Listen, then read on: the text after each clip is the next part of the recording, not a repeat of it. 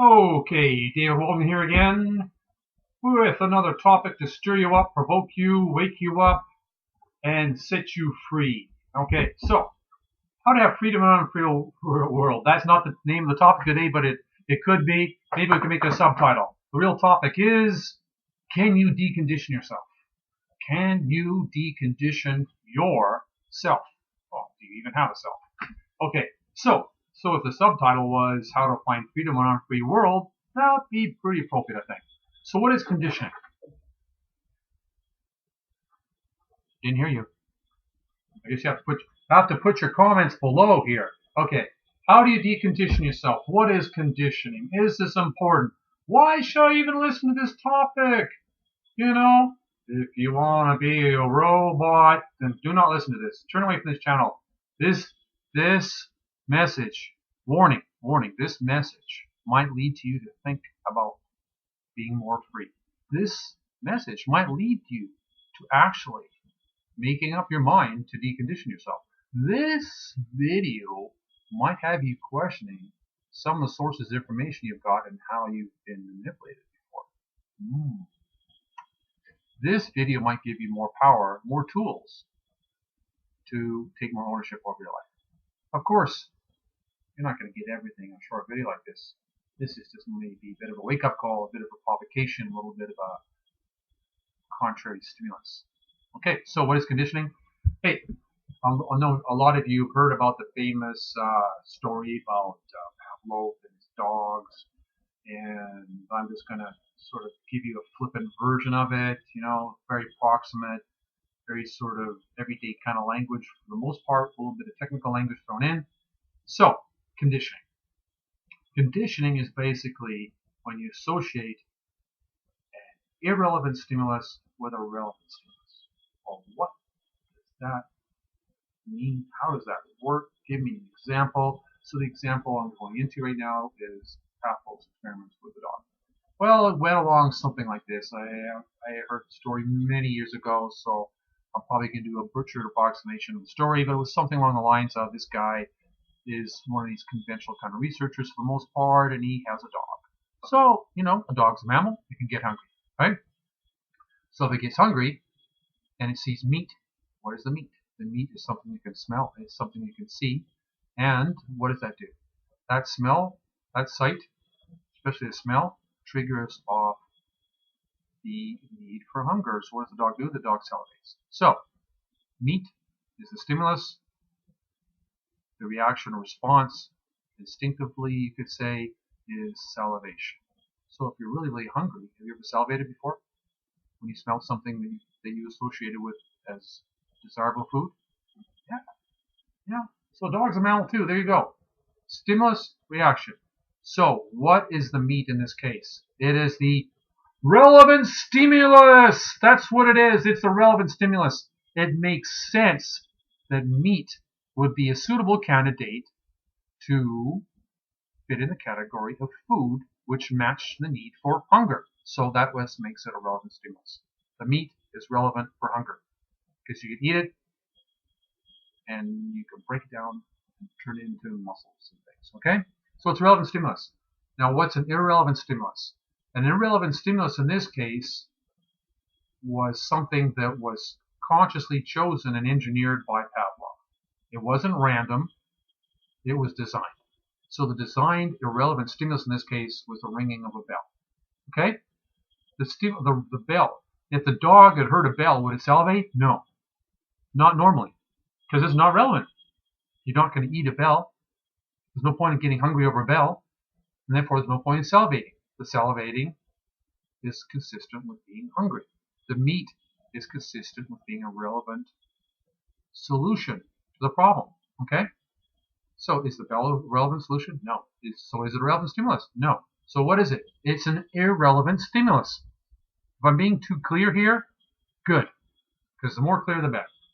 Now, the irrelevant stimulus is the bell. So the dog is salivated seeing the meat.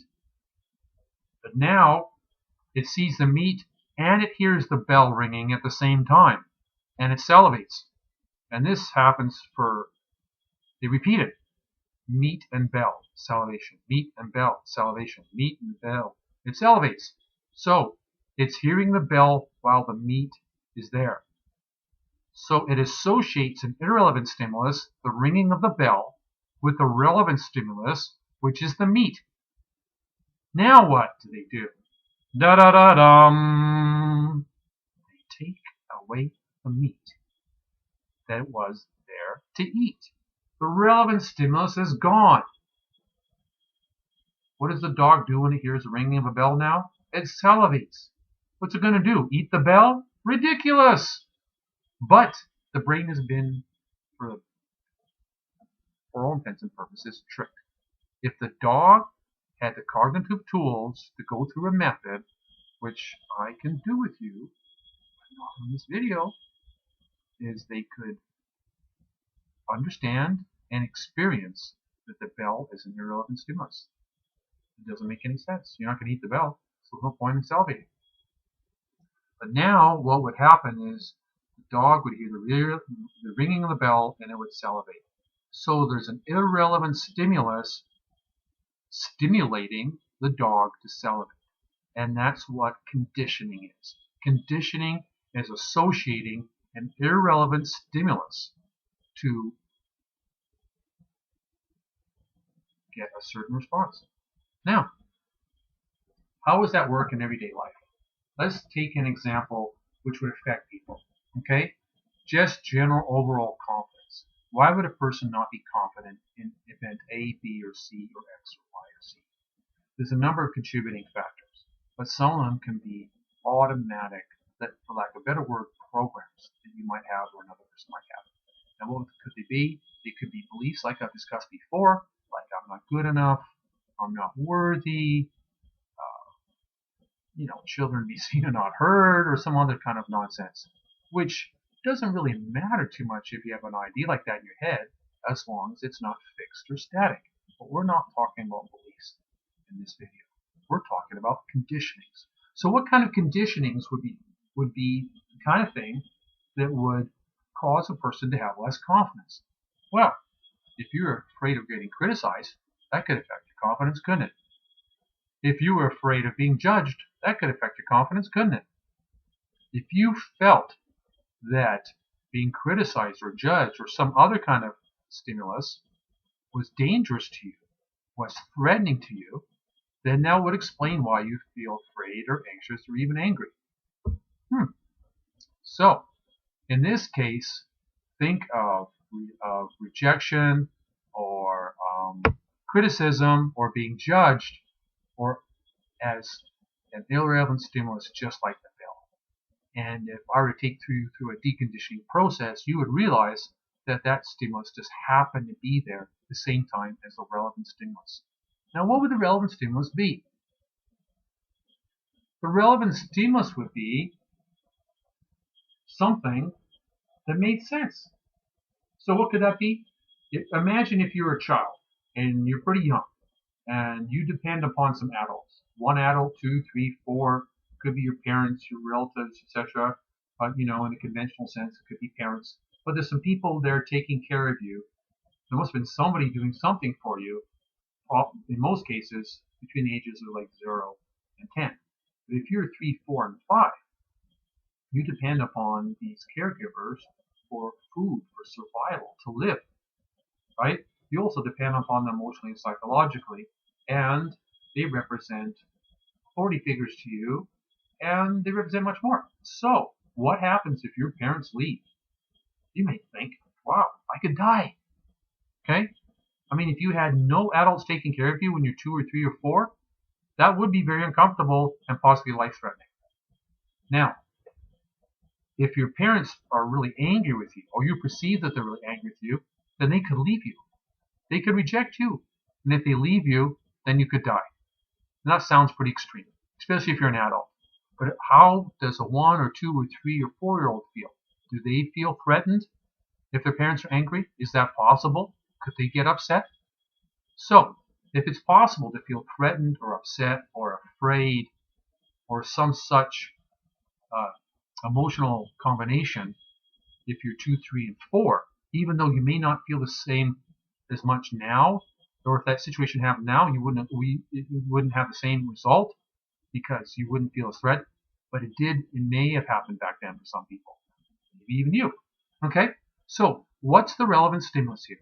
The relevant stimulus is the parents getting angry, or the caregivers getting angry, or the adult authority figure that you experience like a god getting angry with you because they could leave and you could die. Anyways, it could be very threatening to a youth. Okay, a dependent youth that doesn't have perspective, that doesn't have control of its own destiny yet, who can't take care of itself yet. It's dependent. Okay, so the relevant stimulus is the anger. The irrelevant stimulus is the fact that the parent may have got angry while being critical. They may have got angry while judging. They may have got angry while rejecting you. Right? Now, it's also possible for a parent or an adult or a caregiver to be judgmental or critical or reject an idea or not agree with you, but do it in a very calm way, sit down and discuss it with you, talk about the consequences, brainstorm some alternatives, and do some explaining with you in a very calm and relaxed manner, but still making quite clear that maybe your behavior wasn't appropriate or you need to work on something. Now, if they had done that, would you have felt as threatened? Probably not. Would you have felt as anxious? Very unlikely. Would you have felt as upset or as afraid? Probably not. So you get the rough idea here. It is not the anger. It's not the criticism or the judgment or the rejection or any other kind of stimulus like that caused you to feel afraid or caused someone else to feel afraid if they have that kind of conditioning. It is the anger to a very young child who could easily feel threatened in that situation. So, there you go. Could you decondition yourself? Are you likely to? If you're not aware that you have the conditioning because you haven't been educated, trained, developed, or equipped in how to be aware of what affects your thoughts and your actions and your behaviors and your results, if you're not even aware of it, then you're very unlikely to be deconditioned. You'll just get reinforced more and more and more if you keep allowing it to control you, or if it's another person. Okay? But is it possible to decondition you? Yes. Is it possible to permanently eliminate the fear of criticism or the fear of judgment or the fear of rejection? Yes. And think of the consequences. If you no longer fear criticism, in fact, you feel great about it, you can look forward to it, you can know how to learn from it, you can see the benefits of it. I mean, it's not something that you may want all the time, but you can see the value in it. If criticism and judgment and rejection and similar kind of situations like that don't bother you, you have a lot of resources around it, and you're not conditioned to feel anxious or afraid or upset, then think how much easier it is for you to have confidence. See the big difference? It can make all the difference in your relationships, all the difference in your business transactions, all the difference in how much you feel you deserve things, all the difference in whether you get sidetracked or sabotaged or stay focused and maintain your situation until you achieve what you want. Okay, so that's our video today. And can you decondition yourself? And before we had a video that you can check out, and can you dehypnotize yourself? And we're open to your comments. We'd love your feedback. We'd love your questions. Please go below and subscribe to this channel. Leave some feedback for me. Say that you like it. Click on things. You can check me out on Facebook and other social media as well. I'm really open to all the help and assistance and feedback and ideas about how myself and my growing crew can be better at technology and design to better serve these ideas and this message getting out to help more and more people. And again, this is David Walton. This channel is the Innovation Mastermind Network, and our group is called the Innovation Mastermind Network, and it is a network of masterminds that facilitate innovation. What does innovation mean? Making things new. Have a great day. Make things new in your life.